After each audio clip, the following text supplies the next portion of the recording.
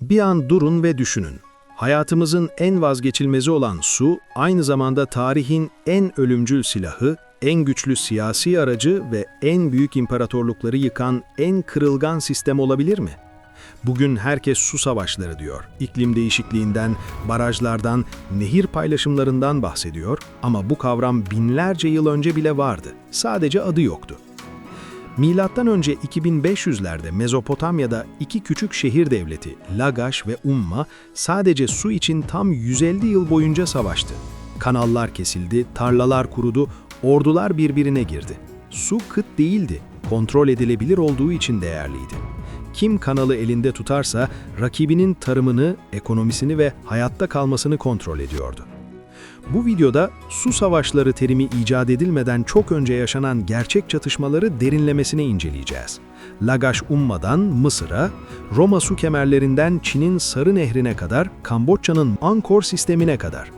Su nasıl yönetildi, nasıl silaha dönüştürüldü, verimlilik neden kırılganlık yarattı ve en önemlisi bu 4500 yıllık dersler bugün neden hala geçerli? Hazırsanız başlıyoruz. Her şey Mezopotamya'da Dicle ve Fırat nehirleri arasında başladı.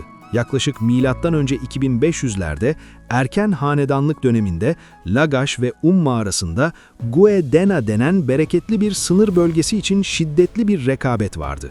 Bu bölge tarım için hayatiydi.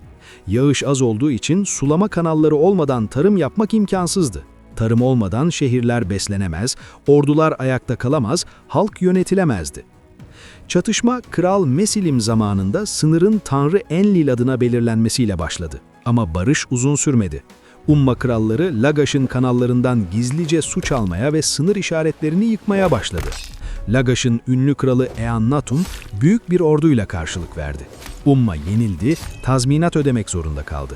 Ama Umma yeni kral Urluma ile anlaşmayı bozdu. Kanalları kendi lehine çevirdi ve Lagaş'ın tarlalarını kuruttu. Eannatum'un yeğeni Enmetena döneminde işler daha da kötüleşti. Umma'nın yeni kralı İl, sınır kanallarını tamamen kendi tarafına yönlendirdi ve bu kanallar benim dedi. Lagaş'tan gelen elçilere kulak asmadı. Sonuç, savaş. Lagaş ordusu Umma'yı yendi, Urluma kendi şehrinde öldürüldü. Ama çatışma burada bitmedi. Tam 150 yıl boyunca nesiller boyu devam etti. Su çalma, kanal kesme, sınır taşlarını yıkma, tarla gaspı.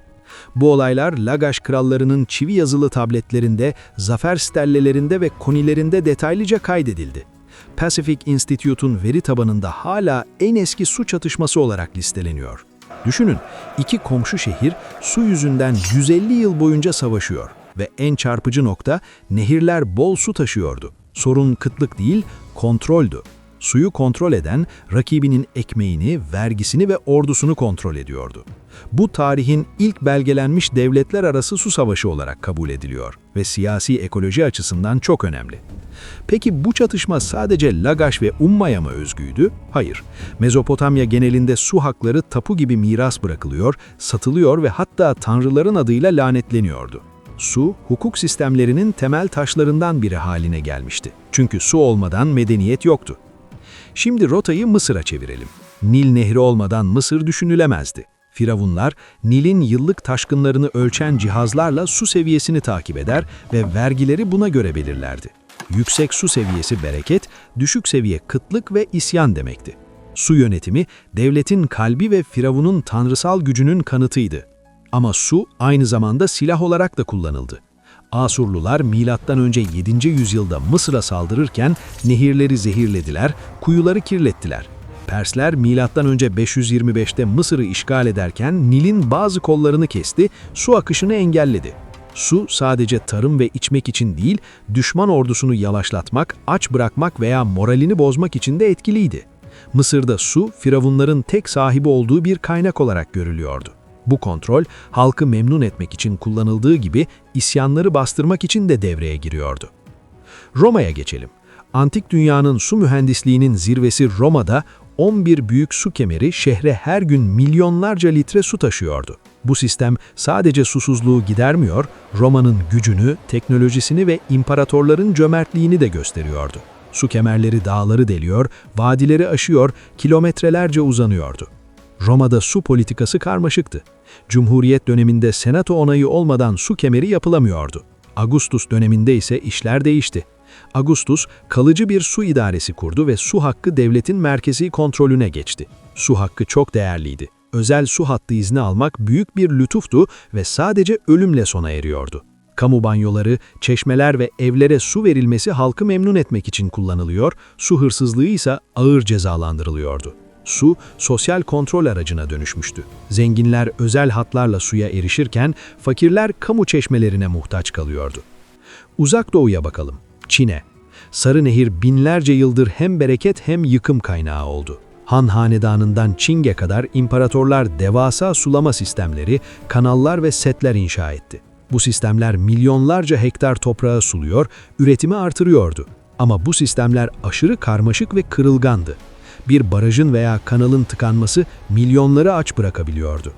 Tarihçiler bazı hanedan çöküşlerini aşırı sulama sonucu oluşan erozyona bağlıyor. Su yönetimi imparatorun en önemli göreviydi. Verimlilik arttıkça sistem daha hassas hale geliyordu. 1642'de Ming Hanedanı'nın son döneminde Huang He'nin setleri bilerek yıkıldı ve yüz binlerce kişi öldü. Su burada doğa olayı olmaktan çıkmış, siyasi ve mesleki bir silah haline gelmişti. Güneydoğu Asya'ya bakalım, Kamboçya'ya. 9. yüzyıldan 15. yüzyıla kadar Khmer İmparatorluğu Angkor Wat etrafında inanılmaz bir su sistemi kurdu. Dev barajlar, kanallar, havuzlar ve yapay göller. Bu sistem şehri 1 milyon kişiye kadar besleyebiliyordu. Muson yağmurlarını depoluyor, kurak dönemde tarlaları suluyordu. Angkor'un su mühendisliği o kadar gelişmişti ki bugün uydu görüntüleriyle bile hayranlık uyandırıyor. Ama 14. yüzyılda iklim değişikliği devreye girdi. Uzun kuraklıklar, ardından aşırı muson yağmurları geldi. Kanallar tıkandı, barajlar erozyona uğradı ve su sistemi çöktü. Sistem o kadar büyük ve birbirine bağlıydı ki bir noktadaki hasar tüm ağı etkiledi. Angkor'un çöküşü, verimliliğin aynı zamanda kırılganlık yarattığının en güzel örneğiydi. Antik uygarlıklar suyla farklı yollarla başa çıkıyordu. Mezopotamya'da su hakkı tapu gibi alınıp satılıyor, Roma'da su hakkı araziye bağlıydı, Çin'de imparator suyun mutlak sahibiydi, Mısır'da Firavun Nil'in taşkınlarını kontrol ederek tanrısallığını gösteriyordu. Su her yerde güç demekti. Halkı, orduyu, ekonomiyi ve dini kontrol ediyordu. Tarih boyunca su 3 şekilde çatışma yaratıyordu. Tetikleyici olarak su kıtlığı veya paylaşım anlaşmazlığı savaşı başlatıyordu. Silah olarak nehirleri zehirlemek, baraj yıkmak, kanal kesmek. Kurban olarak savaş sırasında su altyapısı hedef alınıyordu. Pacific Institute'un veri tabanına göre 2500'den beri 1600'den fazla su ile ilgili çatışma kaydedilmiş. Çoğu savaşın tek sebebi su değil ama su çatışmayı körüklüyor veya savaşı uzatıyordu. Asurlular, Babilliler, Moğollar, Persler hepsinde su taktikleri ortaktı. Bugün aynı döngüyü yaşıyoruz. Barajlar siyasi baskı aracı oluyor, nehirler sınır anlaşmazlıklarına yol açıyor, iklim değişikliği eski sistemleri zorluyor. Tarih bize şunu öğretiyor. En güçlü imparatorluklar bile su sistemleri çöktüğünde yıkılıyor. Lagaş Umma'dan Angkor'a, Roma'dan Çin'e kadar her uygarlık bunu yaşadı. Verimlilik ve karmaşıklık kısa vadede güç veriyor ama uzun vadede tek bir sel veya kuraklıkla her şeyi yok edebiliyor. Bu uzun yolculukta gördük ki su asla sadece su değildi. 4500 yıllık bu hikaye bize şunu söylüyor. Su yönetimini ihmal edersek veya siyasi araç olarak kullanırsak geçmişteki hataları tekrar ederiz. Videoyu beğendiyseniz yorum yapmayı ve kanala abone olmayı unutmayın. Görüşmek üzere.